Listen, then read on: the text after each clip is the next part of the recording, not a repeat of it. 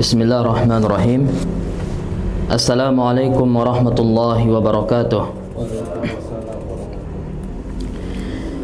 Innal hamdalillah nahmaduhu wa nasta'inuhu wa nastaghfiruh wa na'udzu billahi min shururi anfusina wa min sayyiati a'malina. May yahdihillahu fala mudilla lahu wa may yudlil fala hadiya lahu. Asyhadu an la ilaha illallah wahdahu la syarika lah wa asyhadu anna Muhammadan abduhu wa rasuluh. Ya ayyuhalladzina amanu taqullaha haqqa tuqatih wa la tamutunna illa wa antum muslimun. Ya ayyuhan nasu taqu rabbakumul ladzi khalaqakum min nafsin wahidah wa khalaqa minha zawjaha wa basa minhuma rijalan katsiran wa nisaa'a. Wattaqullaha alladzi tasaaluna bihi wal arham innallaha kana 'alaikum raqiba. Ya ayyuhalladzina amanu taqullaha wa qulu qawlan sadida yuslih lakum a'malakum wa yaghfir lakum dzunubakum wa may yuti'illaha wa rasulahu faqad faza fawzan 'azima.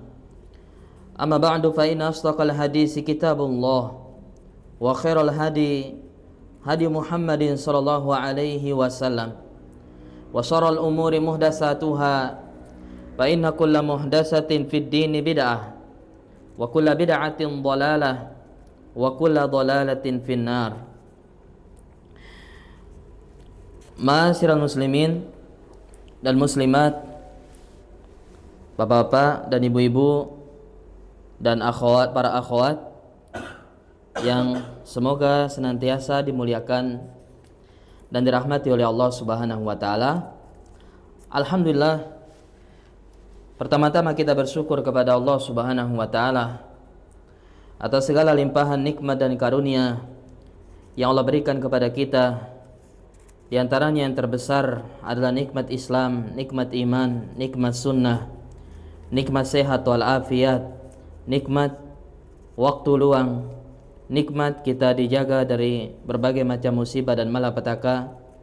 Kemudian juga nikmat pada siang hari ini Allah Subhanahu wa taala kembali mempertemukan kita di majlis ilmu ini yang memiliki keutamaan yang sangat banyak, yang memiliki ganjaran yang sangat besar di sisi Allah Subhanahu wa taala. Maka mudah-mudahan Allah Subhanahu wa taala memberikan keikhlasan di dalam kita menimba ilmu agama, kemudian diberikan ilmu yang bermanfaat dan bisa kita amalkan, ilmu yang bisa mendatangkan ketakwaan, rasa takut kepada Allah Subhanahu wa taala.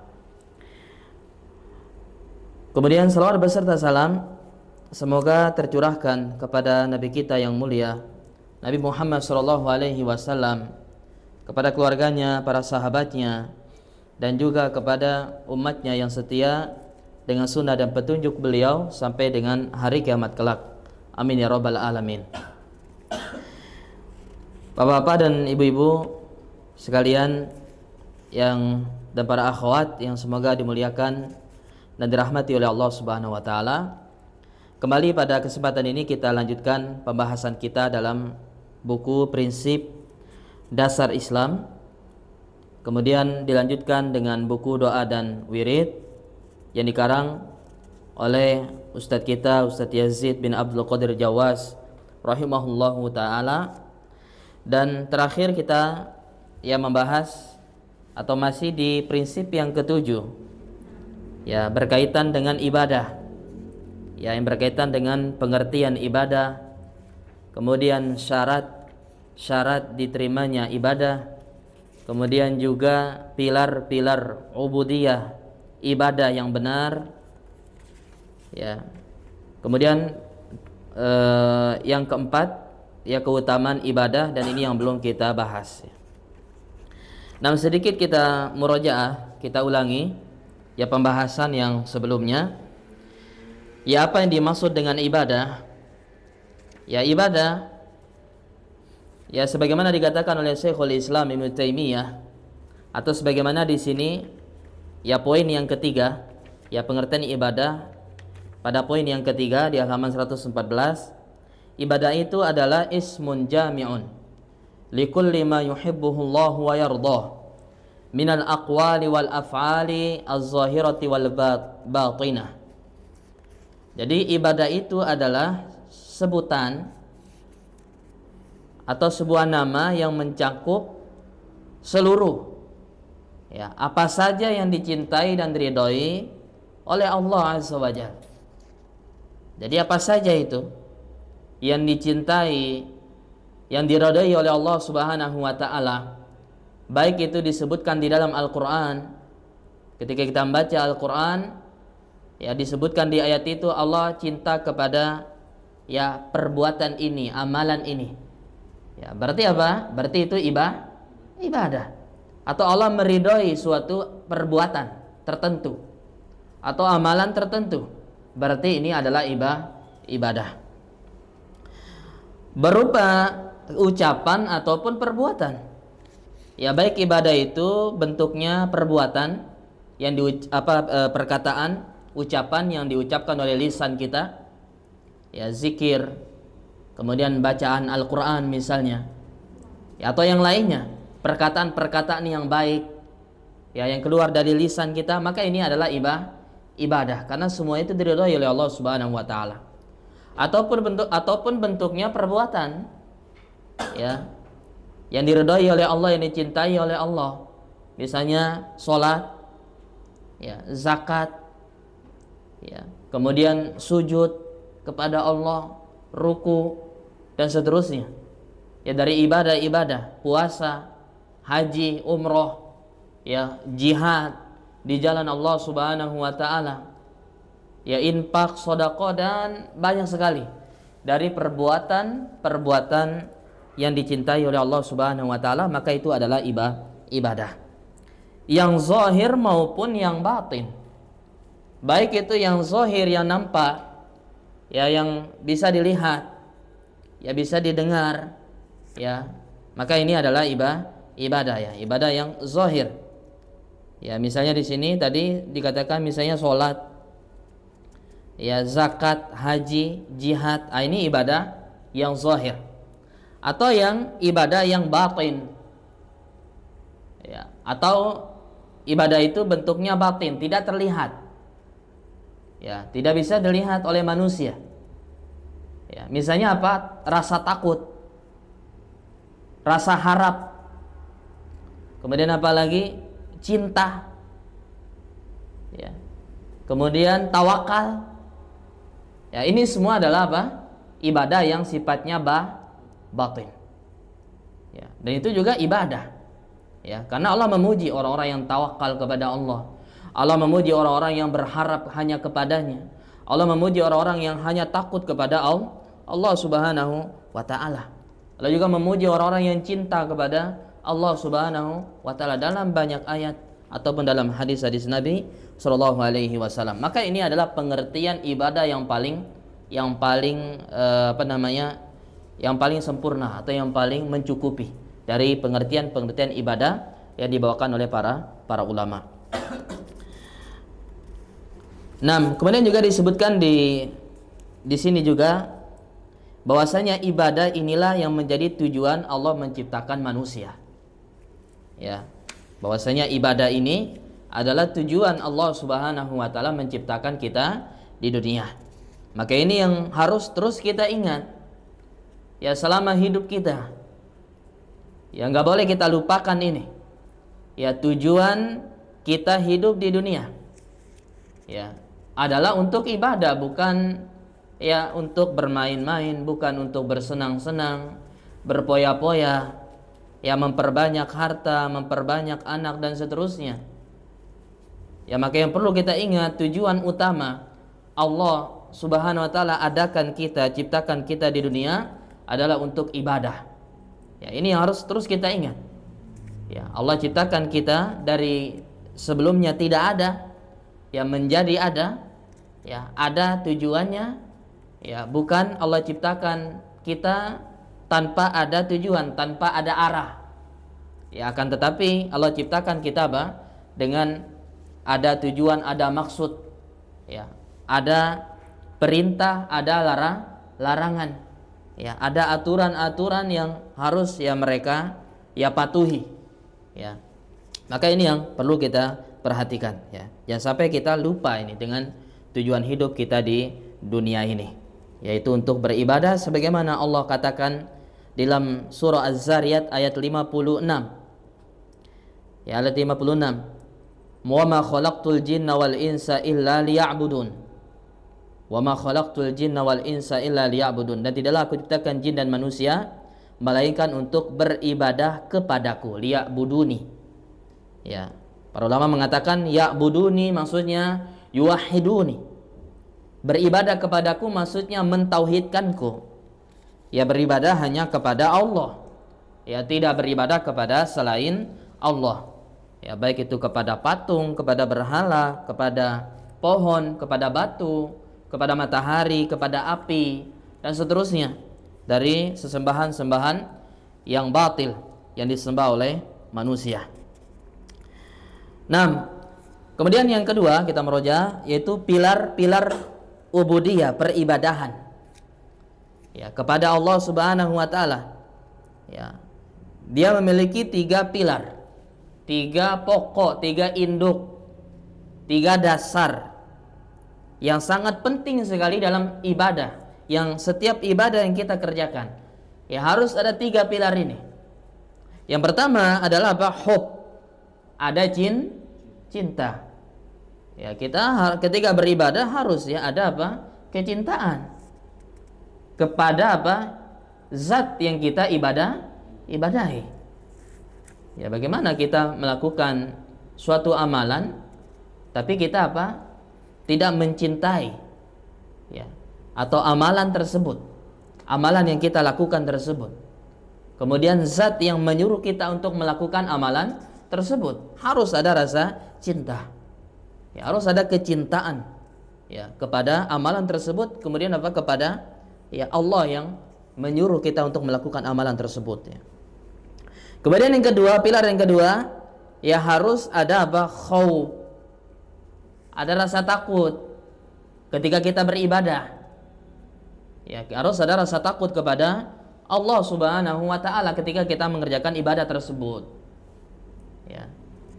Harus ada rasa takut ketika kita sholat misalnya. Kita hadirkan ya Allah Subhanahu wa taala. Ya, Allah sedang melihat kita.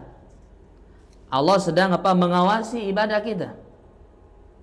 Ya, kemudian kita takut ya kalau Allah tidak menerima ibadah tersebut karena kelalaian kita.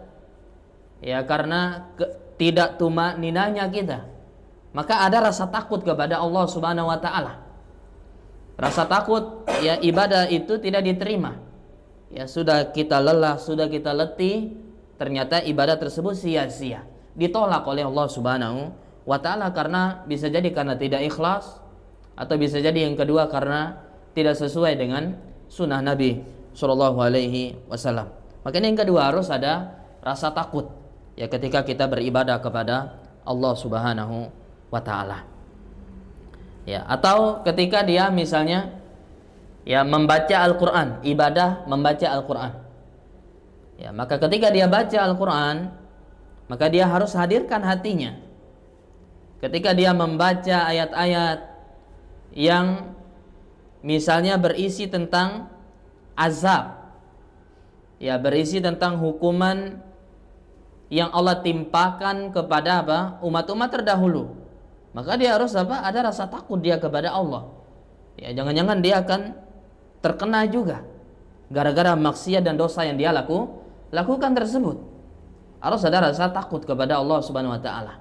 Atau ketika dia membaca ya ayat-ayat yang berisi neraka, ya hukum sisaan-sisaan neraka Allah Subhanahu wa taala, maka dia harus ada hadirkan rasa takut dia kepada Allah Subhanahu wa taala. Ya, baik ketika baca Al-Qur'an atau ketika dia sholat. Ya, ketika dia sholat atau ketika dia berdoa kepada Allah Subhanahu wa taala. Ya, dan ibadah-ibadah yang lainnya. Kemudian Ini pilar yang kedua. Pilar yang ketiga yaitu apa? Roja. Ya, harus ada harapan. Yang nggak boleh takut saja, terlalu takut, nggak boleh. Takut ibadah yang sudah saya lakukan tidak diterima oleh Allah, atau takut dosa yang dia lakukan ini apa? Tidak akan dimaafkan. Ini nggak boleh seperti ini. Ya, kita ini takut yang tidak yang berlebihan, terlalu khawatir. Ya, Allah itu tidak akan mengampuni misalnya dosa-dosanya. Mungkin dia lakukan ya dosa yang sangat besar. Ya, lihat bagaimana kisah orang ya Bani Israel yang dia membunuh 100 orang, 99 orang. Lihat. Ya, dia berharap kepada Allah Subhanahu wa taala akan mengampuni meskipun dia telah melakukan dosa yang sangat besar. Bayangkan membunuh 99 orang. Tapi dia apa? Tetap optimis bahwasanya Allah Subhanahu wa taala akan mengampuni dosanya. Meskipun dosa yang dia telah lakukan itu sangat besar sekali. Ya, akhirnya dia mendatangi pertama pendeta. Ya. Kemudian pendeta dia berkata, "Wahai rahib, saya telah membunuh 99 orang. Apakah masih ada pintu taubat bagi saya dari Allah Subhanahu wa taala?" Kata pendeta ini karena dia jahil, dia bodoh, dia nggak punya ilmu agama. Ya, dia tidak punya ilmu agama. Karena ya Yahudi sebenarnya Nasrani sebenarnya yang kita ketahui, mereka beramal itu tanpa ilmu. Ya, mereka itu kebanyakan beramal itu tanpa ilmu. Maka ketika ditanya yang seperti ini, dia nggak ada pintu taubat bagi kamu. Dosa yang kamu lakukan ini sudah sangat besar sekali. Allah tidak akan memaafkanmu. Ya, akhirnya karena dia kesal, tidak terima dengan jawaban dari rahib tersebut, akhirnya dia bunuh. Ya, dia bunuh, maka genaplah dia membunuh 100 orang. Ya, sampai kemudian dia terus ya mencari orang yang bisa memberikan arahan kepada dia. Ya, karena dia ingin bertobat kepada Allah Subhanahu wa taala, sampai dia pun dipertemukan dengan orang-orang yang betul berilmu. Ya, yang memiliki ilmu tentang agama Allah Subhanahu wa taala. Seorang yang alim. Maka ditanya, ya, maka jawaban alim tersebut, iya. Ya, tentunya Allah akan ampunan Allah itu luas. Ya, Allah itu Maha Pengampun. Ya, maka bertobatlah engkau kepada Allah, kembalilah engkau kepada Allah Subhanahu wa taala. Ya, dan alim itu menyarankan agar dia hijrah ya dari kampungnya. Karena bisa jadi yang membuat dia ya terus dengan maksiatnya selama ini karena apa? Bisa jadi karena pengaruh lingkungannya, temannya, ya, dan lain-lainnya. Ya, maka ini penting lingkungan. Ya, pergaulan ini bisa mempengaruhi kita dalam ya melakukan kebaikan atau dalam melakukan keburukan. Maka dia disuruh untuk hijrah, maka di tengah perjalanan dia hijrah, disuruh ke tempat yang kampung yang soleh, ya, yang baik, ya. Maka di tengah perjalanan dia ya diwafatkan oleh Allah Subhanahu wa taala sebagaimana kisahnya yang masyhur, ya, yang sudah sering kita dengar, ya. Nah, kemudian yang ketiga, kita meroja syarat diterimanya ibadah. Ini sudah kita ketahui, ya, ibadah yang kita lakukan itu tentunya ya ada aturannya. Ya, kalau kita ingin diterima atau ibadah tersebut diterima oleh Allah Subhanahu wa taala, nggak bisa kita asal-asal ibadah saja. Ya, katanya meskipun dengan ya niat yang bagus, ya. Oh, niat saya bagus. Ya, melakukan ibadah ini, ibadah itu. Ya, niatnya bagus. Ya, biar banyak beramal misalnya.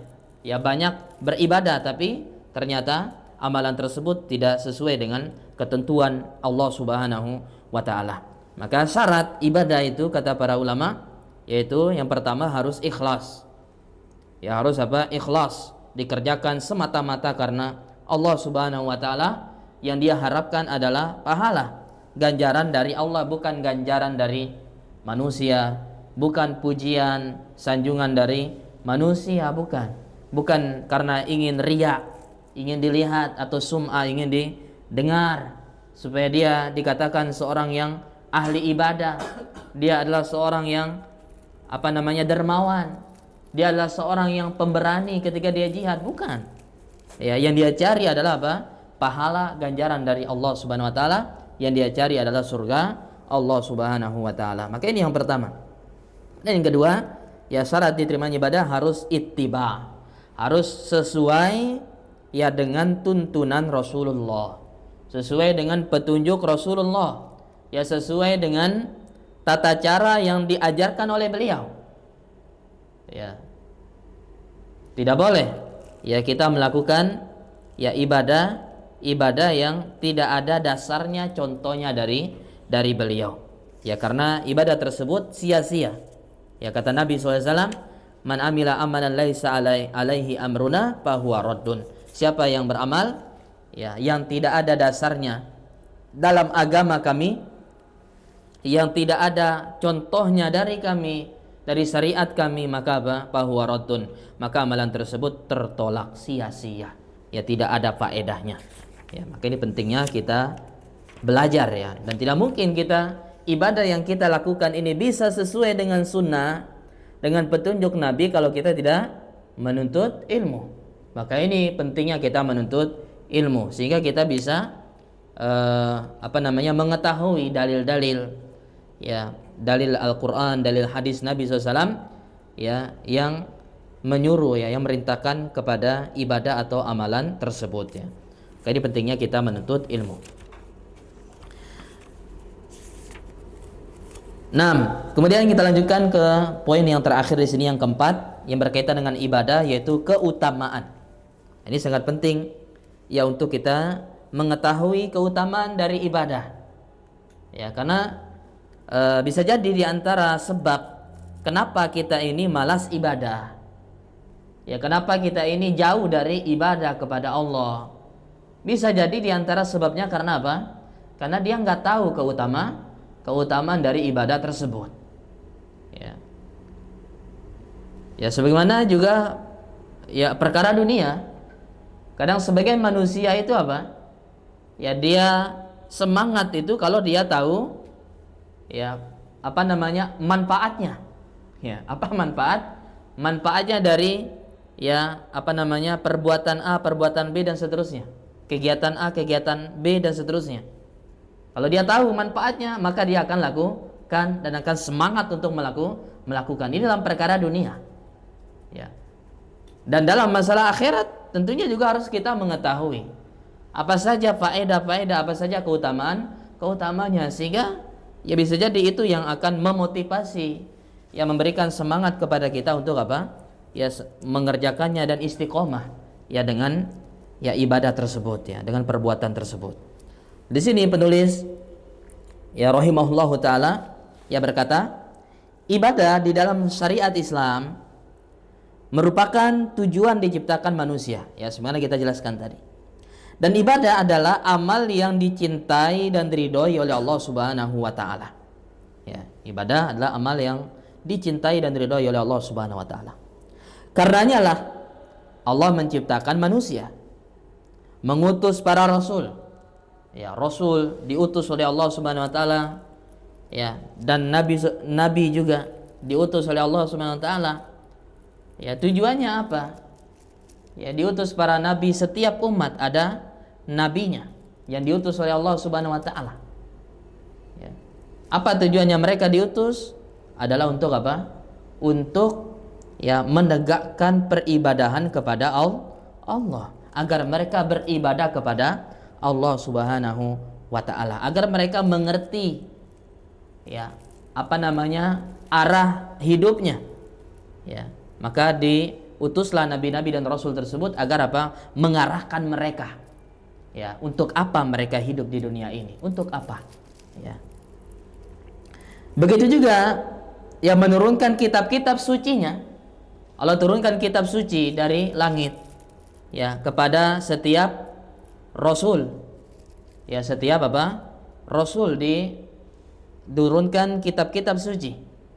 Ya, yang mana kitab suci ini sebagai pedoman. Sebagai petunjuk.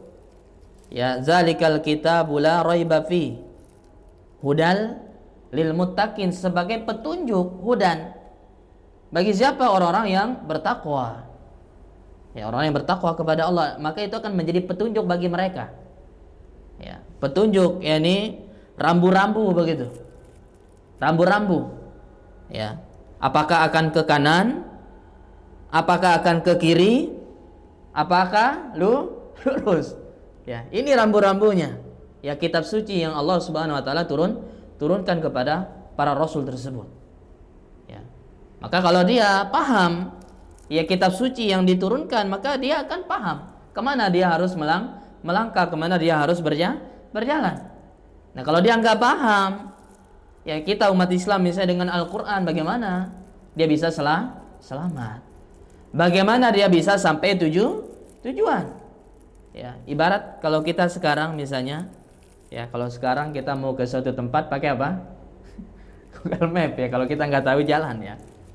Ya, kalau kita nggak tahu jalan, kita pakai Google Map. Itu yang akan menjadi petunjuk jalan kita. Ya, ya dengan Google Map itu nanti kita sampai ke tujuan. Ya, meskipun mungkin ada juga yang nggak sampai, belum diupdate ya mapnya ya. Nah, tapi setidaknya ya dia akan sampai kepada tujuannya meskipun tersesat dulu ya. Ya. Nah, begitu juga dengan kita di dunia ini. Ya, ketika kita ya mengamalkan Al-Quran, mengamalkan kandungan Al-Quran, ya maka kita akan apa? Sampai kepada Allah. Ya, sampai kepada Allah. Ya, kita akan diridhoi, dicintai oleh Allah Subhanahu wa ta'ala. Kalau Allah sudah cinta, sudah ridho kepada kita, maka dengan mudah Allah akan masukkan kita ke dalam surganya. Ya, ke dalam surga Allah Subhanahu wa ta'ala. Nah, maka ini pentingnya kita belajar Al-Quran. Ya, tidak hanya sekedar kita baca, kita berusaha untuk kita pahami. Ya, kita baca terjemahannya. Ya, mungkin sehari mungkin 1 halaman, atau sehari 2 ayat 3 ayat ya. Kemudian kalau ada waktu kita baca tafsirnya. Ya, insya Allah ya seiring berjalannya waktu, insya Allah Allah Subhanahu wa ta'ala akan berikan pemahaman ya kepada kita ya terhadap Al-Quran. Nah, kemudian beliau mengatakan di sini, orang yang melaksanakan ibadah itu dipuji oleh Allah, akan disanjung oleh Allah Subhanahu wa taala. Dan yang enggan melaksanakannya akan dicela. Ya, sebagaimana misalnya dalam menuntut ilmu ini ibadah. Ya, apa di antara pujian Allah? Ya, Allah memuji orang-orang yang menuntut ilmu. Ya, Allah akan memuji mereka di hadapan makhluknya yang mulia, itu para malaikat. Berarti Allah puji mereka. Allah senang orang yang beribadah, orang yang menuntut ilmu, atau ibadah-ibadah yang lain. Ya, atau ibadah-ibadah yang lain. Ya, Allah puji mereka. Dan sebaliknya orang yang enggan, enggak mau ibadah, ya mereka dicela. Ya, dicela. Sebagaimana dalam ayat ini dalam surat Al-Mu'min ayat 60. Allah Subhanahu wa taala mengatakan, wa qala rabbukum ud'uni astajib lakum. Allah berfirman, ya, berdoalah kepadaku, niscaya aku akan berkenankan bagimu. Ya, berdoalah, ud'uni. Innal ladzina yastakbiru, dan doa ini adalah ibadah. Ya, ad-du'a huwal ibadah. Innal ladzina yastakbiruna an ibadati. Lihat kata Allah di sini poinnya. Sungguhnya orang yang yastakbirun, yang menyombongkan diri, enggan, takabur, ya, menolak, sombong dia dari apa? Ibadah kepadaku, kepada Allah. Saya sayadkhuluna jahannam madakhirin. Ya, bahkan tidak hanya dicela di sini apa? Bahkan dia akan diazab oleh Allah Subhanahu wa taala. Ya, dia akan dimasukkan ya ke dalam neraka Jahannam dalam keadaan hina dina. Ya, dihinakan dia ya oleh Allah Subhanahu wa taala. Nah, kemudian beliau mengatakan ibadah di dalam Islam tidak disyariatkan untuk mempersempit atau mempersulit manusia. Ya, seperti ya ada perkataan sebagian orang ya. Ya, orang yang mungkin dia tidak beragama, tidak punya agama. Ini agama ini apa? Mempersempit, yang persulit kata mereka. Ya. Ya karena mempersempit hidup mereka gitu. Ya kenapa harus sholat? Ya kenapa harus baca Al-Quran? Ya. Ya karena memang tujuannya memang sudah berbeda kan. Karena tujuan mereka itu memang adalah untuk apa? Dunia. Ya. Sehingga dari situ memang sudah kelihatan ya. Ya pandangannya akan berbeda. Ya beda dengan orang yang beriman. Tujuan hidupnya memang untuk beribadah. Sementara mereka orang-orang kafir, ya tujuan hidupnya ya kebanyakan mereka adalah untuk apa? Bersenang-senang saja ya di dunia ini. Nah maka sebagian mereka akan memandang mempersempit atau mempersulit ya. Ibadahnya mempersulit mereka. Ya kenapa harus pakai hijab? Ya ini membuat para wanita ini nggak bebas ya kata mereka ya. Ya dan lain-lain dari pandangan-pandangan mereka yang batil. Dan tidak pula untuk menjatuhkan mereka ke dalam kesulitan. Ya bukan dengan kita ibadah ini malah membuat kita ini sulit, enggak. Ya, buat hidup kita ini sulit. Akan tetapi ibadah itu disyariatkan untuk berbagai hikmah yang agung. Jadi ada hikmahnya yang besar, kemaslahatan yang besar yang tidak dapat dihitung jumlahnya. Sebagaimana akan disebutkan di sini nanti. Ya, apa saja hikmahnya atau faedahnya, keutamaannya. Pelaksanaan ibadah dalam Islam semuanya adalah mudah. Ya, tidak ada yang sulit. Ibadah-ibadah yang Allah perintahkan, ya semuanya itu mudah. Tidak ada yang sulit. Ya semuanya mudah. Cuma kadang kita ini manusia apa? Mempersulit diri kita ya. Kadang kita yang membebani diri kita dengan ibadah tertentu. Ya yang tidak ada dasarnya. Ya, baca ini 1000 kali pagi hari, ya, kemudian sore hari, petang hari dan seterusnya. Ya, atau ibadah sholat sekian ratus rakaat misalnya. Kadang ibadah ini yang menjadikan kita akhirnya apa? Ya, susah ya, sulit. Ya, karena itulah ibadah yang bid'ah ya. Ini akan mempersulit. Tapi kalau ibadah yang betul-betul datang dari Nabi nggak mungkin mempersulit kita ya. Ya, semuanya mudah. Ya, semuanya mudah. Karena Allah mengatakan la yukallifullahu nafsan illa wus'aha.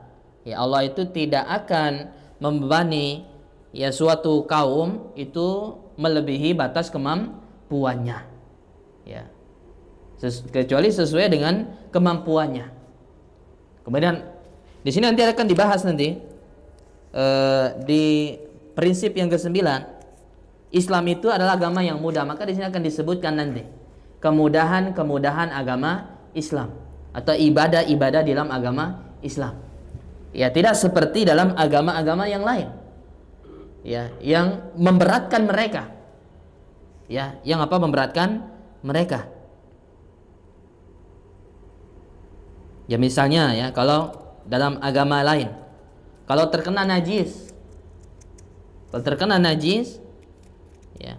Kalau dalam agama Islam cukup dengan dicuci yang terkena najis, ya pakaian yang terkena najis ya.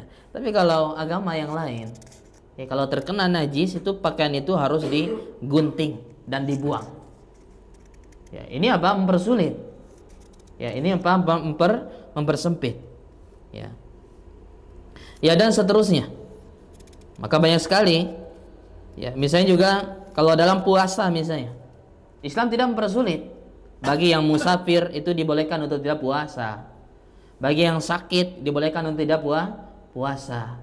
Ya, bagi yang orang tua, wanita yang hamil, menyusui, mereka juga apa? Enggak wajib puasa. Ya, mudah syariat Islam. Ya, mudah syariat Islam. Ya, tidak mempersulit mereka. Begitu juga bagi orang yang sakit, kalau sholat boleh dia apa? Kalau dia tidak mampu berdiri, ya dia duduk. Kalau nggak bisa duduk, dia apa? Dia berbaring. Ya, kalau nggak bisa juga, ya dengan apa? Ya mengedipkan mata saja. Kalau udah nggak mampu lagi, cukup dengan berisyarat dengan kedipan mata. Ya, isyarat rukuknya, sujudnya itu dengan kedipan apa? Mata. Jadi nggak ada yang sulit dalam agama Islam. Ya, begitu juga kalau kita nggak ada air, misalnya ketika wudhu atau ketika mandi junub, kalau nggak ada air, kehabisan air, ya maka apa? Boleh dengan tayamum. Ya, maka dari sini ya kita bisa melihat bahwasanya agama Islam ini adalah agama yang sangat mudah, ya, tidak menyulitkan umatnya. Ya, makanya Allah mengatakan, "Ma yuridullahu liyaj'ala 'alaikum min haraj wa ma ja'ala 'alaikum fid din min haraj." Ya, Allah mengatakan, dan Dia Allah itu tidak menjadikan kesulitan untuk kalian dalam agama Islam ini. Ya. Yuridullahu bikumul yusra wa la yuridu bikumul usra. Allah itu tidak Allah itu menginginkan kemudahan bagi kalian dan tidak menginginkan kesukaran, kesulitan bagi kalian. Ya, bahkan Nabi SAW mengatakan, ini ada nanti di prinsip yang ke-9 di sini dalil-dalilnya, hadis-hadisnya. Inna dina yusrun, sungguhnya agama Islam ini mudah. Ya, enggak ada yang sulit, syariat-syariatnya, ibadah-ibadahnya itu enggak ada yang sulit, semuanya mudah. Walan yusyada ad-din ahadun illa ghalabah. Ya. Siapa yang mempersulit berlebih-lebihan dalam agama ini, dalam ibadah ini, maka dia akan dikalahkan. Ya, artinya dia tidak akan bisa melakukannya. Ya, dia akan kalah. Ya, kalau dia berlebih-lebihan dalam beragama. Ya, justru dia akan kalah, dia tidak akan mampu melakukannya kalau dia gulu. Ya, kalau dia berlebihan, ya. Karena akan mempersulit dirinya. Nah, kembali pada pembahasan kita.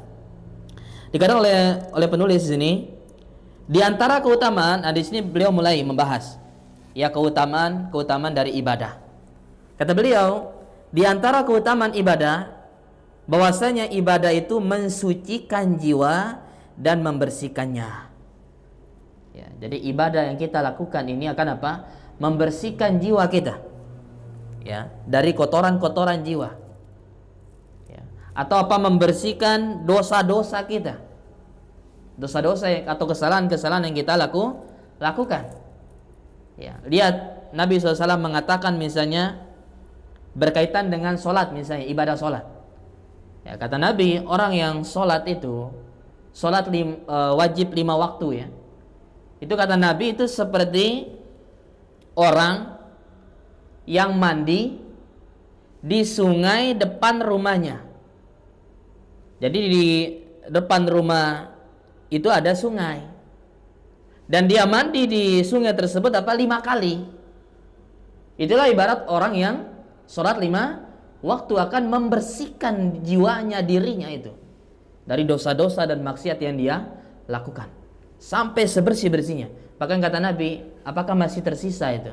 Orang mandi 5 kali di sungai depan rumahnya, masih tidak tersisa kotoran di badannya, kata Nabi. Enggak akan tersisa.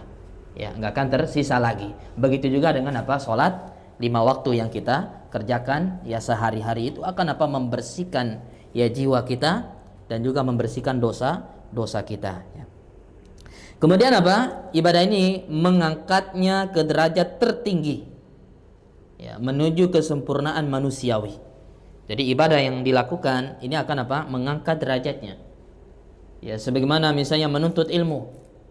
Ya, orang yang menuntut ilmu, Allah mengatakan yarfa'illahu alladhina amanu minkum walladhina utul ilma darajat. Allah akan mengangkat derajat orang-orang yang beriman dan juga orang-orang yang berilmu. Ya, darajat, ya, beberapa derajat, ya. Nah, maka ibadah ini akan mengangkat derajat ya seseorang. Kemudian dikatakan di sini, kesempurnaan seorang hamba adalah dengan mewujudkan ibadah yang benar kepada Allah Ta'ala. Jadi kesempurnaan kita ini, hamba ini sempurna atau tidaknya itu sesuai dengan ibadahnya dia kepada Allah. Bagaimana dia mewujudkan ibadah kepada Allah, merealisasikan ibadah. Ya, semakin dia sungguh-sungguh dalam beribadah, maka dia semakin sempurna.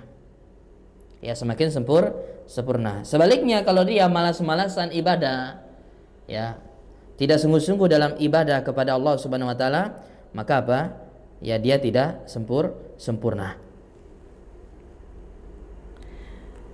Semakin bertambah ibadahnya kepada Allah, maka bertambah kesempurnaannya dan tinggi derajatnya. Ya, jadi tergantung ibadahnya. Sempurna atau tinggi tidak derajatnya kita di sisi Allah Subhanahu wa taala, ya, itu sesuai dengan apa? Ya, ibadah yang kita kerjakan. Ya, kalau kita ingin ya sempurna di mata Allah Subhanahu wa taala, kemudian derajat kita tinggi di sisi Allah, maka apa? Perbanyak ibadah kepada Allah Subhanahu wa taala. Kemudian termasuk keutamaan ibadah yang kedua, kata beliau, keutamaan ibadah yang kedua, bahwasanya manusia sangat membutuhkan ibadah melebihi segala-galanya. Jadi ibadah ini sangat kita butuhkan. Ya. Kita yang butuh kepada ibadah. Ya. Kita yang butuh kepada ibadah tersebut. Ya, melebihi segalanya dari kebutuhan-kebutuhan kita. Ya. Bahkan sangat darurat membutuhkannya. Ya, bahkan sangat darurat. Kenapa demikian?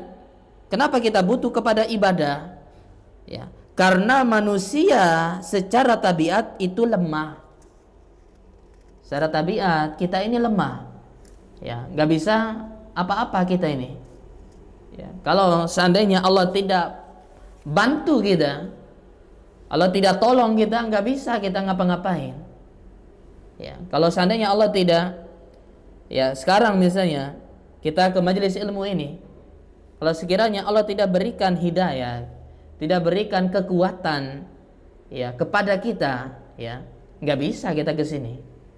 Allah yang kuatkan kita. Ayo kita keluar, ayo kita menuntut ilmu, ayo kita ke majelis ilmu. Allah kuatkan hati kita. Ya, kalau Allah tidak kuatkan, nggak mungkin kita bisa ya berada di sini sekarang. Ya, jadi kita ini sangat lemah kita.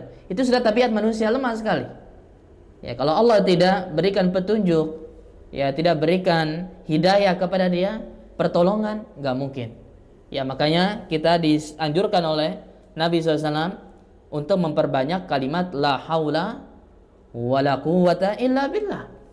Tidak ada daya, tidak ada kekuatan, melainkan dengan apa? Pertolongan Allah Subhanahu wa taala. Ya. Ini kalimat yang sangat mulia, ya. Kita disuruh untuk banyak mengucapkannya karena kita ini sangat lemah. Ya. Dan kita ini fakir, ya butuh kepada Allah Subhanahu wa taala. Sementara Allah enggak butuh sama kita. Kita yang butuh kepada Allah, kita yang butuh kepada ibadah, kita yang butuh kepada sholat, kita yang butuh kepada apa? Puasa, kita yang butuh kepada zakat, kita yang butuh kepada baca Al-Quran. Bukan Allah yang butuh kepada bacaan Al-Quran kita, enggak.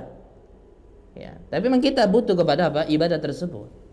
Ya, jangan sampai kita beranggapan Allah itu butuh dengan ibadah kita, Allah itu butuh dengan sholat kita, enggak.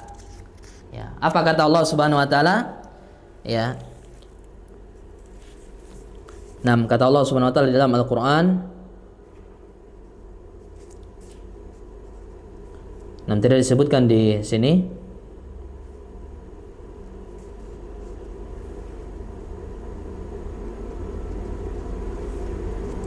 Ya, ada dalam beberapa ayat. Ya ayuhan nasu antumul fuqara. Dalam surat Fatir ayat 15. Allah mengatakan apa? Ya ayyuhan nasu antumul fuqara ilallah. Wahai manusia, sungguhnya kalian itu apa? Fuqara, fakir. Orang yang butuh kepada Allah. Wallahu huwal ghaniyul hamid. Sementara Allah itu maha kaya, maha terpuji, enggak butuh sama kalian. Enggak butuh kepada kita. Makanya Allah bilang apa? Lanjutan dari ayat wa ma khalaqtul jinna wal insa illa liya'budun. Tidak aku ciptakan jin dan manusia melainkan untuk beribadah kepadaku. Kemudian apa kata Allah? Ya, ma uridu minhum mir rizkin. Ya, wa ma uridu ay yut'imun. Kata Allah apa? Aku enggak. Ya, ma uridu minhum, aku tidak ingin dari mereka apa? Rizki. Aku enggak butuh kepada rizki. Wa ma uridu ayyut'imun, aku juga enggak butuh mereka kasih makan saya. kasih makan aku, nggak butuh. Allah nggak butuh dengan apa? Dengan apa yang kita lakukan. Ya. Innallaha huwar razzaq. Akan tapi Allah dialah yang mengasihi kita, yang memberikan nikmat kepada kita.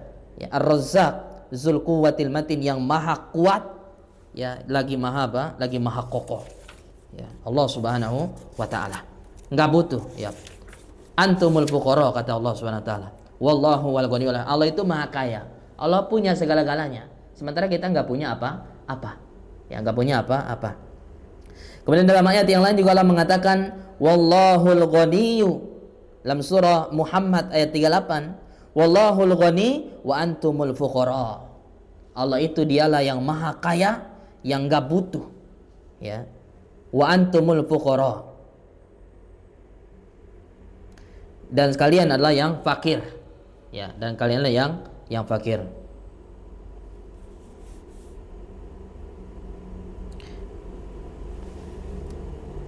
Kemudian Allah juga mengatakan Allahu la ilaha illa huwal hayyul qayyum. Al-Qayyum. Allah la ilaha illahu, yang tidak ada ilah yang hak melainkan Dia. La ilaha, Allahu la ilaha illa huwal hayyul qayyum, dialah yang maha hidup dan maha qayyum. Qayyum itu apa? Ya, berdiri sendiri, enggak butuh kepada apa? Kepada siapapun. Itu qayyum artinya. Dia tegak sendiri, nggak butuh bantuan siapapun, nggak butuh Allah Subhanahu wa taala. Allah maha kuasa, makanya Allah bilang wallahu ala kulli syai'in qadir. Allah maha kuasa atas segala sesuatu. Kalau Allah mau berkehendak sesuatu, gampang saja bagi Allah. Ya, idza arada syai'an, ya, ayyakula lahu kun fayakun. Allah hanya bilang apa? Jadilah, maka akan terjadilah itu. Nggak ada yang sulit bagi Allah Subhanahu wa taala, karena Dia maha kuasa, maha kaya. Ya. Sementara kita ini fakir, lemah, butuh kepada Allah Subhanahu wa taala. Ya, butuh dengan ibadah, ya, butuh dengan sholat, ya, butuh dengan bacaan Al-Quran. Ya. Nah, kemudian dikatakan di sini, sebagaimana hanya jasad membutuhkan makanan dan minuman, demikian pula dengan hati dan ruh. Ya, jadi sebagaimana jasad kita, badan kita ini butuh makan dan minum, ya, supaya dia bisa apa? Hidup. Ya, dia bisa beraktivitas, itu butuh makan dan minum. Ya. Demikian pula dengan hati dan ruh kita. Dia juga butuh makan dan minum juga. Tapi makanan dan minumannya berbeda. Ya. Apa makanan dan minumannya? Ya, ruh dan jasad kita, ruh kita, apa makanan mereka adalah apa? Adalah ibadah dan menghadap kepada Allah Subhanahu wa taala. Itulah makanan bagi hati dan ruh kita. Jadi jangan kita hanya memperhatikan, ya, makanan dan minuman bagi jasad kita saja. Ya, bagi badan kita saja ini. Tapi kita tidak memperhatikan makanan dan minuman bagi ruh dan hati kita. Ini fatal.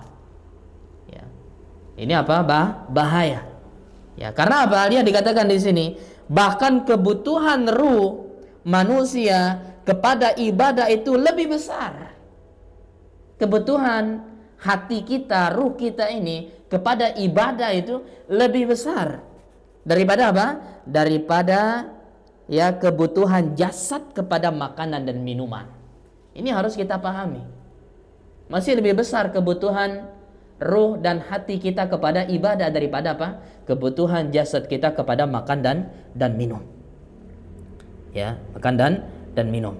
Maka hendaknya kita senantiasa memperhatikan ibadah. Karena sesungguhnya esensi dan substansi hamba itu adalah hati dan ruhnya.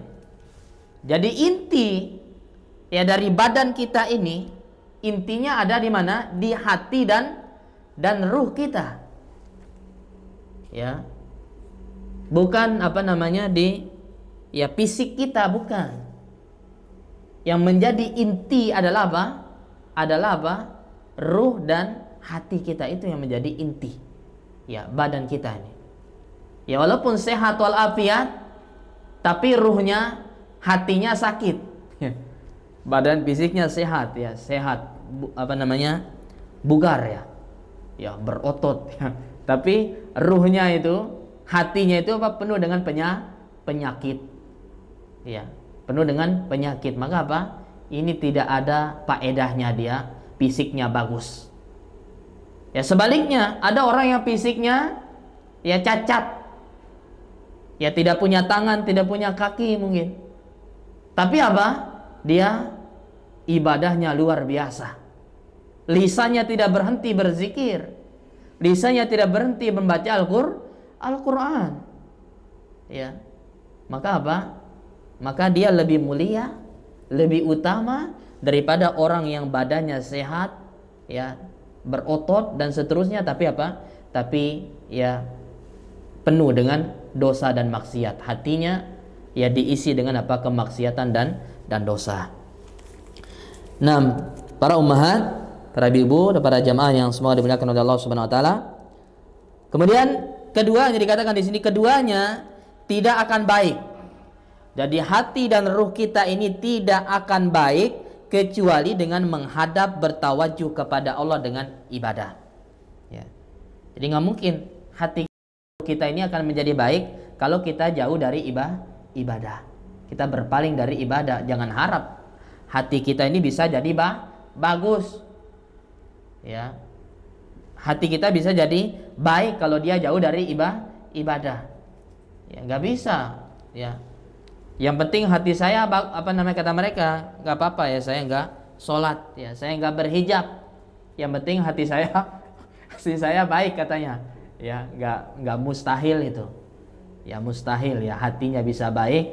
Ya kalau dia jauh dari ibadah. Mustahil dia bisa hatinya baik kalau dia masih berbuat syirik, masih menyembah Tuhan selain Allah. Nggak mungkin ya hatinya bisa baik ya. Itu hanya ya perkataan syaitan yang seperti itu. Ya, itu perkataan itu datang dari syaitan. Dia telah ditipu oleh syaitan. Maka jiwa tidak akan pernah merasakan kedamaian, ketentraman kecuali dengan zikir dan beribadah kepada Allah. Ya, makanya Allah mengatakan ala bizikrillah tatmainnul qulub. Ketahuilah hanya dengan berzikir kita ingat kepada Allah, kita dekat dengan Allah, baru tatmainnul qulub, baru hati itu akan menjadi tenang. Makanya di majelis ilmu Allah turunkan ketenangan. Kenapa? Karena di majelis ilmu kita belajar ayat-ayat Al-Quran. Di majelis ilmu kita belajar hadis-hadis Nabi Sallallahu Alaihi Wasallam. Ya, yang akan membuat kita itu takut kepada Allah. Ya, kalau kita sudah takut kepada Allah, maka hati kita ini tenang. Ya, hati kita ini tentram. Sekalipun seorang merasakan kelezatan atau kebahagiaan selain dari Allah, maka kelezatan dan kebahagiaan tersebut adalah semu. Ini yang perlu kita perhatikan. Orang kafir misalnya dikasih kenikmatan, dikasih harta yang melimpah oleh Allah Subhanahu wa taala. Seperti kita lihat sekarang. Lihat ya kehidupan orang kafir. Ya, bergelimang dengan harta, ya poya-poya, ya hidupnya hanya bersenang-senang saja. Ya. Hidupnya menikmati kelezatan dunia. Ketahuilah yang harus kita yakini, kita pahami itu hanyalah kesenangan sementara saja. Ya, sebentar saja itu. Nanti hatinya nggak tenang lagi. Hatinya tenang ketika dia berpoya-poya tadi. Coba habis itu hatinya kembali kembali gelisah lagi. Iya. Kembali tidak tenang lagi, nggak tentram lagi. Tentramnya ketika bermaksiat tadi, poya-poya tadi. Tapi ketika dia selesai dari itu, hatinya mulai gelisah lagi ya, nggak tenang lagi, sedih lagi hatinya. Karena itu adalah kesenangan yang sifatnya sementara saja. Berbeda dengan ya ibadah kepada Allah Subhanahu wa taala. Ketika kita mendekatkan diri kita kepada Allah Subhanahu wa taala, baik dengan kita sholat, baik dengan kita baca Al-Qur'an, ya dengan kita sedekah, dengan kita jihad, dengan kita menuntut ilmu, ini ya tenangnya itu beda, bahagianya itu berbeda. ya, dengan kebahagiaan orang-orang kafir tersebut ya. Yang dirasakan oleh orang kafir. Tidak akan tahan lama, ya tidak akan lama itu kebahagiaan orang-orang kafir itu. Bahkan apa yang ia rasakan itu sama sekali tidak ada kelezatan dan kebahagiaannya. Ya. Bahkan bisa jadi ya, meskipun kelihatannya ya di mata kita mereka apa bersenang-senang ya bahagia, bisa jadi mereka nggak dapat itu kebahagiaan itu. Bisa jadi. Ya, Allah hilangkan kelezatannya. Ya. Meskipun di mata kita mungkin kelihatannya ya bahagia, lezat ya, tapi ya ternyata apa? Mereka sudah nggak merasakan kelezatan lagi, kebahagiaan lagi dalam ya perbuatannya tersebut ya. Karena apa? Bertentangan dengan ya syariat Allah Subhanahu wa taala. Kemudian dikatakan di sini, adapun bahagia karena Allah, dia bahagia karena Allah, maksudnya karena dia menjalankan perintah Allah. Dia beribadah kepada Allah Subhanahu wa taala, dia mendekatkan taqarrub dirinya kepada Allah dan perasaan takut kepada Allah, maka itulah kebahagiaan yang tidak akan terhenti. Ya, ini kebahagiaan ini tidak akan terhenti. Akan senantiasa melekat di dalam hatinya, ketenangan itu. Meskipun dia diterpa dengan berbagai macam musibah. Ujian datang silih berganti. Ya, kadang datang pada dirinya. Ujian itu, musibah itu kadang datang dari istrinya, cobaan dan ujian. Mungkin kadang datang dari anaknya, atau datang dari temannya, atau dari yang lainnya, dari luar. Tapi kalau dia dekat dengan Allah, ya, maka hatinya akan tetap senantiasa tenang. Ya, meskipun musibah datang dengan sebanyak apapun. Lihat para nabi dan rasul. Lihat para nabi dan rasul, Nabi Muhammad SAW. Ya, lihat bagaimana cobaan beliau. Ya, nggak bisa kita bayangkan ya. Bagaimana cobaan yang menimpa Nabi SAW dari kecil sampai beliau meninggal. Dari kecil beliau sudah yatim ya, sudah yatim piatu. Ya, ketika belum lahir belum ketemu ayahnya ya, sudah meninggal dan seterusnya. Ya, dirawat juga tidak oleh ibunya, dirawat oleh orang lain yang merawat beliau dari kecil. Kemudian beliau diasuh oleh ibu juga sebentar saja, berapa tahun saja. Ya, bisa bertemu dengan ibunya, setelah itu meninggal. Dirawat oleh kakeknya, kemudian pamannya dan seterusnya. Kemudian bertambah lagi cobaannya ketika menjadi nabi dan rasul.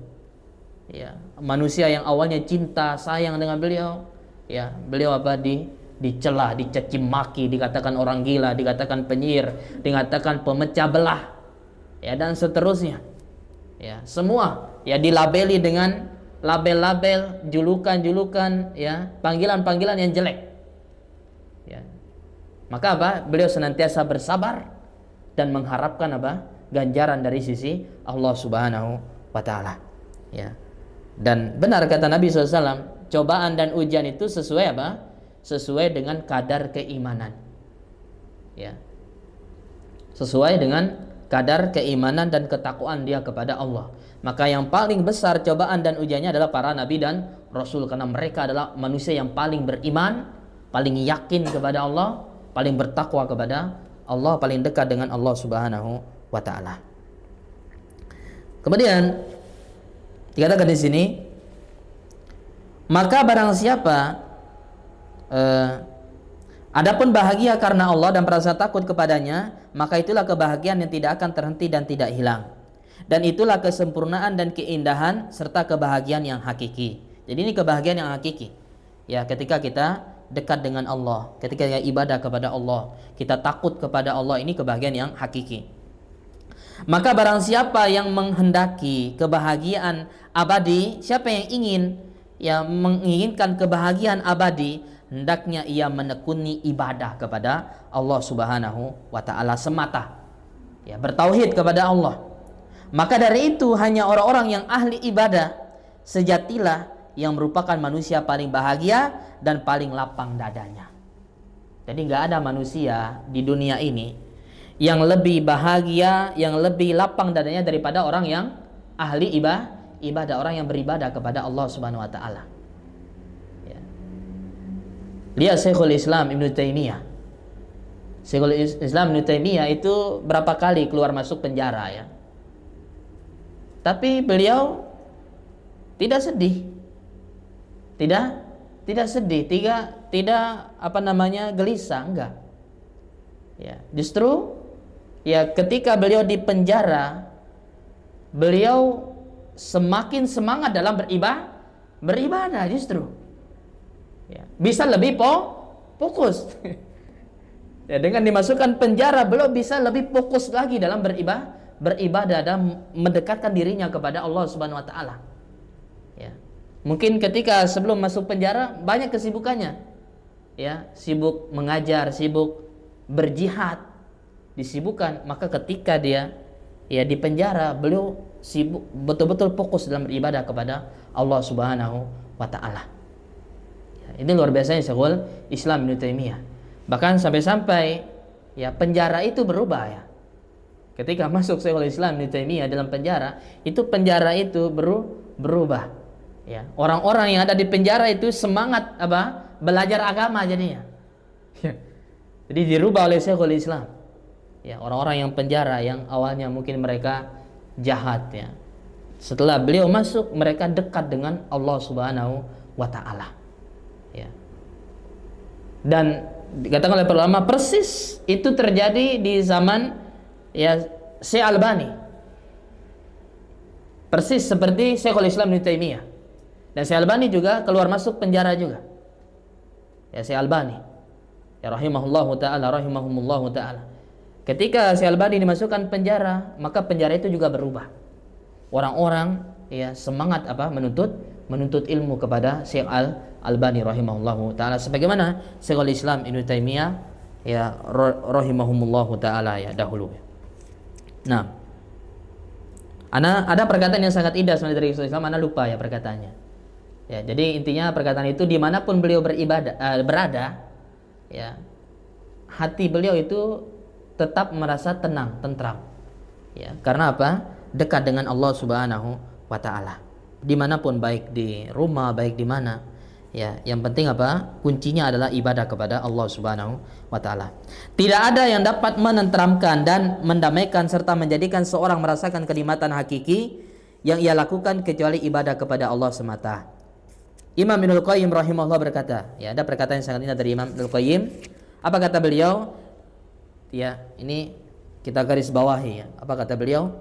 Tidak ada kebahagiaan, kelezatan, kenikmatan dan kebaikan hati melainkan bila ia meyakini Allah sebagai Rabb. Ya. Jadi kunci pertama harus bertauhid. Ini kunci pertamanya. Ya, kalau kita ingin bahagia, ya. Kalau kita ingin mendapatkan kenikmatan di dunia ini, ya, pertama dia harus meyakini Allah sebagai Rabb-nya, sebagai penciptanya, yang mengaturnya, pencipta yang Maha Esa, yang Maha Tunggal, dan ia beribadah hanya kepada Allah. Nah, ini dia bertauhid. Ya, dia harus bertauhid kepada Allah Subhanahu wa taala sebagai puncak tujuannya dan yang paling dicintainya daripada yang lain. Nah, dan kita harus jadikan Allah ini yang paling kita cintai. Ya, bagaimana kita lebih mencintai Allah daripada yang lain? Itu dengan kita mengedepankan ya, apa-apa yang Allah perintahkan kita kedepankan dari yang lainnya. Misalnya sholat, Allah suruh kita sholat, maka ketika sesibuk apapun kita, ya pekerjaan ataupun usaha atau bisnis dan lain sebagainya, ketika datang panggilan Allah, seruan Allah, maka tinggalkan semuanya. Maka itu berarti apa? Kita lebih mencintai Allah. Ya, lebih kita mencintai Allah. Ya, begitu juga ketika anak kita mungkin tidak sholat, ya anak kita tidak pakai hijab misalnya, ya maka kita nasihati mereka. Ya, kita berikan nasihat kepada mereka bahwasanya harus sholat, ya harus pakai jilbab, ya harus pakai jilbab karena Allah yang suruh itu. Ya, Allah yang suruh itu, ya meskipun ya mungkin panas dan lain sebagainya, ya kemudian kurang istirahatnya dan seterusnya, ya tapi karena kita lebih mendahulukan kecintaan kita kepada Allah Subhanahu wa taala, ya kalau kita ingin anak kita agar menjaga sholat, ya memakai hijab, ya dan seterusnya, ya. Nah, Kemudian keutamaan ibadah yang berikutnya, kata penulis di sini rahimahullah taala, termasuk keutamaan ibadah bahwasanya ibadah ini dapat meringankan seseorang untuk melakukan berbagai kebajikan dan meninggalkan kemungkaran. Ya, dengan kita ibadah ringan jadinya kebaikan itu. Dengan kita ibadah. Dan ringan juga dia dalam meninggalkan kemungkaran. Bisa jadi kenapa selama ini kok berat dia melakukan kebaikan, ya, dan mudah dia melakukan kemungkaran? Bisa jadi karena dia jarang ibadah, jauh dari ibadah kepada Allah Subhanahu wa taala. Ibadah, kemudian keutamaan berikutnya, ibadah dapat menghibur seorang ketika dilanda musibah. Ya, jadi ibadah ini bisa menghibur seorang, ya, ketika dilanda musibah dan meringankan beban penderitaan saat susah dan mengalami rasa sakit. Semua itu ia terima dengan lapang dada dan jiwa yang tenang. Ya, dengan lapang dada. Ini kalau dia beribadah. Ya, ibadah itu akan menghibur dirinya dan meringankan, ya, musibah yang dia rasakan ataupun rasa sakit yang dia rasakan. Termasuk keutamanya juga, ya, kata penulis ini, keutamaan ibadah lagi yang keempat, bahwasanya seorang hamba dengan ibadahnya kepada Rabb-nya, kepada Allah, dapat membebaskan dirinya dari belenggu penghambaan kepada makhluk. Ya, jadi bisa membebaskan dia dari ketergantungan. Ya, menghambakan diri kepada makhluk. Ya, ketergantungan, harap dan rasa cemas kepada mereka. Ya, dengan dia beribadah kepada Allah Subhanahu wa taala. Maka dari itu ia merasa percaya diri. Nah, orang yang beribadah kepada Allah, hanya kepada Allah Subhanahu wa taala, maka dia akan lebih percaya diri. Ya, percaya diri dan berjiwa besar karena ia berharap dan takut hanya kepada Allah Subhanahu wa taala saja. Ya, berbeda dengan orang yang berbuat syirik, ya. Maka umat Islam itu ya lebih percaya diri ya daripada orang-orang kafir, ya. Orang kafir. Karena keyakinan dia kepada Allah Subhanahu wa taala. Sebesar apapun itu tantangannya, tapi yang dia ada di hatinya ada Allah. Harapan terbesarnya adalah Allah Subhanahu wa taala. Ya, maka dia akhirnya lebih percaya diri. Ya, tidak mudah putus asa. Ya, itu kalau orang yang ya beribadah ya kepada Allah Subhanahu wa taala. Kemudian Al-Hafiz Ibnu Katsir rahimahullah mengatakan, ibadah adalah maqam kedudukan yang sangat agung, yang sangat mulia, yang dengannya seorang hamba menjadi mulia. Dengan ibadah dia akan menjadi mulia. Yang dengannya seorang hamba menjadi mulia karena kesetiaannya hanya kepada Allah Ta'ala saja. Dan dia telah menyebut Rasulnya SAW sebagai hambanya yang menempati makom yang paling mulia. Nah, apa makom Nabi? Ya, kedudukan Nabi yang paling mulia adalah apa? Abdullah wa rasuluhu. Itulah kedudukan yang paling mulia. Yaitu apa? Ketika ya beliau adalah menjadi Abdullah, menjadi hamba Allah. Ya, hamba Allah.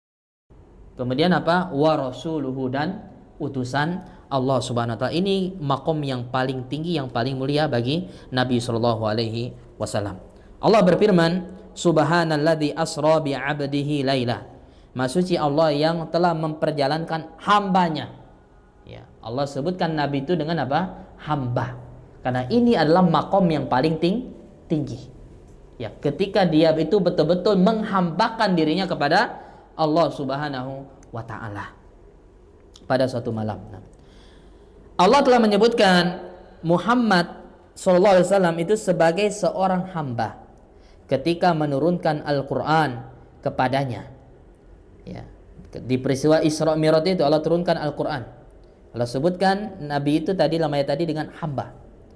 Ketika beliau menjalankan dakwahnya dan ketika diperjalankan pada malam hari, dan dia membimbingnya untuk senantiasa menjalankan ibadah pada saat hatinya merasa sesak akibat pendustaan orang-orang yang menentangnya. Ya, dibimbing oleh Allah Subhanahu wa taala untuk beribadah. Jadi ketika Nabi sesak ya, karena gangguan, karena penentangan dari kaumnya, itu tentunya membuat hati Nabi itu sesak ya, sempit ya. Tapi bagaimana Nabi ditenangkan, hatinya kembali tenang, yaitu disuruh untuk beribadah. Maka Nabi disuruh apa? Disuruh untuk bertakhannus ya, berdiam diri di gua Hira. Ya, ketika Nabi itu sudah tidak tenang ya, tidak nyaman dengan kesyirikan yang dilakukan oleh orang-orang Quraisy. Ya, kemudian belum lagi kemaksiatan mereka, kemungkaran mereka. Ya, ada yang membunuh anaknya. Kalau anaknya perempuan dikubur hidup-hidup. Ya, ketika Nabi sudah sesak ini dengan ya perilaku ya dari kaumnya ini, kesyirikannya, peribadahan kepada selain Allah, maka beliau pun disuruh untuk beribadah di gua Hira, untuk fokus ibadah biar hati beliau itu tenang. Ya, tenang. Maka ya, karena kaumnya juga ya, apalagi setelah beliau menjadi nabi ya, didustakan oleh kaumnya. Apa kata Allah Subhanahu wa taala? Ya, ketika beliau didustakan, ditolak oleh kaumnya, Allah hibur Nabi sallallahu alaihi wasallam. Allah kuatkan Nabi sallallahu alaihi wasallam. Apa kata Allah Subhanahu wa taala? Ya, di dalam surat Al-Hijr ayat 97 sampai 99, wa laqad na'lamu annaka yadiku sadruka bima yaqulun. Fasabbih bihamdi rabbika wa qum minas sajidin wa'bud rabbaka hatta ya'tiyakal yaqin. Apa kata Allah?